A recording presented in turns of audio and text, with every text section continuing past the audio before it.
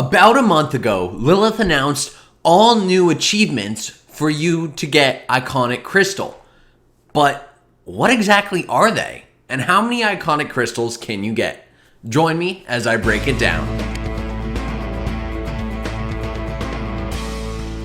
Hello, ladies and gentlemen. Welcome back to another Rise of Kingdoms gameplay episode from your very own Shappy Gaming. Today, as I mentioned, we are going to be breaking down the brand new achievements that have landed in Rise of Kingdoms and what you need to do to get these 12 new Iconic Crystals. That's right, you heard me correctly, 12 new Iconic Crystals.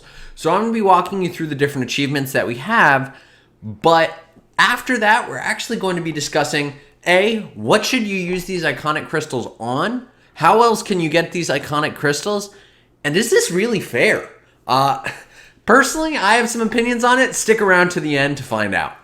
So with that, the achievements that you actually need to do in order to get these are within the Champion branch. So you may recall that they added the new Champion section of the achievements. And if you scroll down to the bottom, you can actually see a bunch of these, but I'm going to read out the different achievements for you. And I can also post this within my Discord, which is going to be linked in the description. And so you can go check that out as well. But it is predominantly all about the different equipment that you have. So one of these is the Snappy Dresser, so own 24 pieces of legendary equipment. You also have Diamonds Are Forever, which is 32, Bejeweled, which is 14 out of 40, Walk-in Wardrobe, Emperor's New Clothes, and Hardened Steel. So you get it from this as well. A Bridal Fit for Cavalry, Inordinate Weaponry, and Warriors of Iron. You can also get it for these two down here. But overall, the requirements are ridiculous. I have never seen such insane achievement requirements in Rise of Kingdoms yet.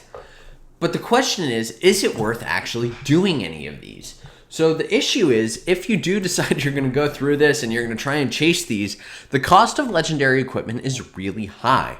So even just a normal piece of legendary equipment, for example, let's pull up some boots. Even a normal piece, this is actually a cheaper piece of legendary equipment, still costs you 30 pieces of legendary materials and 10 pieces of legendary materials as well, which personally I think is kind of a lot, especially if we're talking about doing it for the achievement itself. Now, is it worth it to try and do these?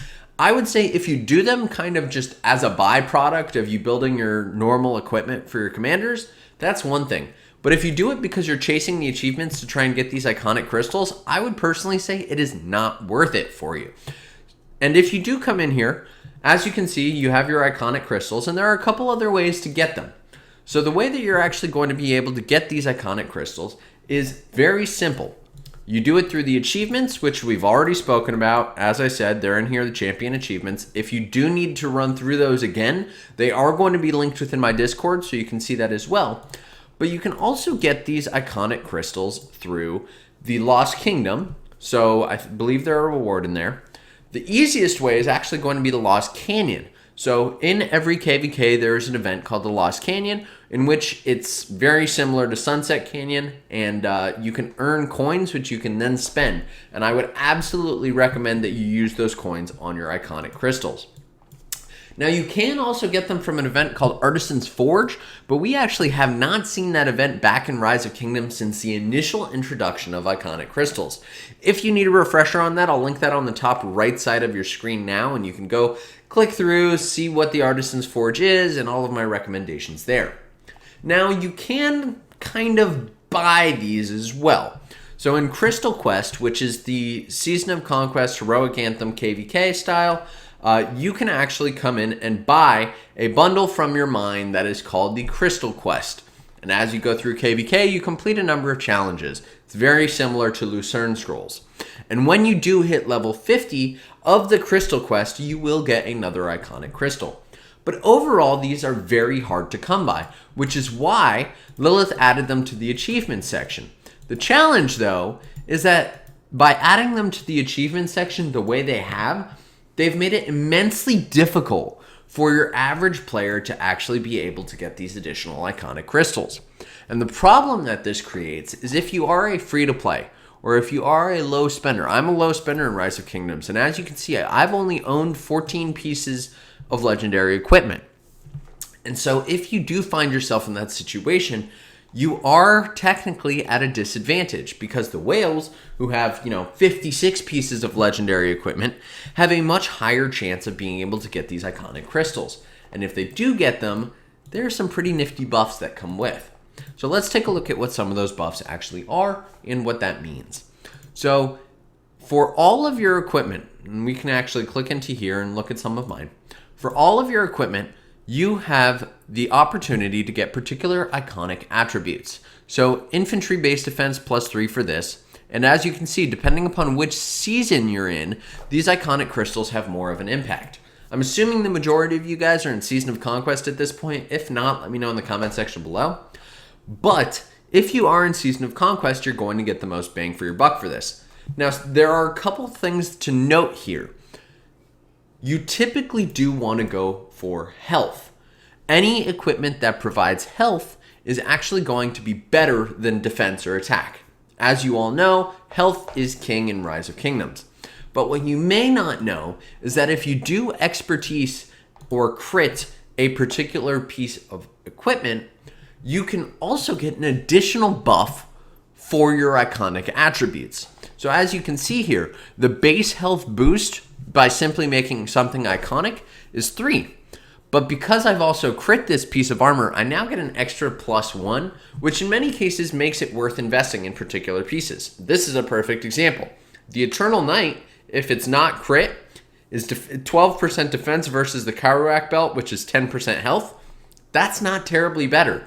But since they've added these iconic attributes, it's actually worth building this and critting this if you can, and then making it iconic. Now, as I said earlier, health is king, but a lot of the time it does depend on what you're using.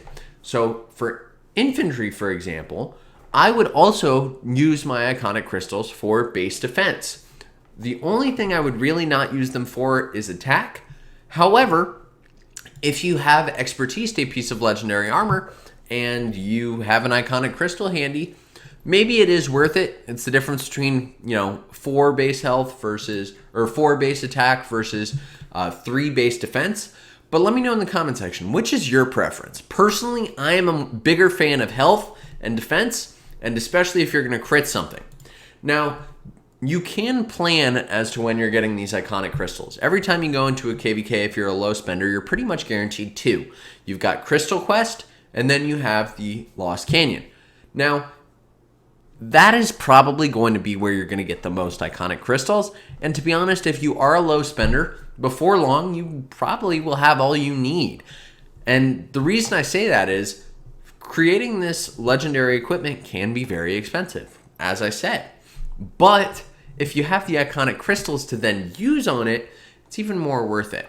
So I hope that this has been helpful. If you do want to see those achievements again, the tip is to actually come into the champions section and scroll all the way down to most likely the bottom, unless you've accomplished them already, and you can see them right in here for you. You've got your 24 pieces of legendary equipment, and it does keep track of it for you, which I think is pretty nice. And you can earn these achievements as you play through, and they of course also contribute to all of the other bonuses that you get here.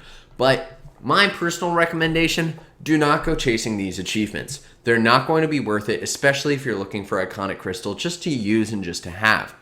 I do personally believe that this is very unfair. I think it is unfair for low spenders or free to play because it gives the whales yet another advantage over them. Now, you can in theory get iconic crystals through other methods, but if you're asking for Shappy's input, that's personally my take.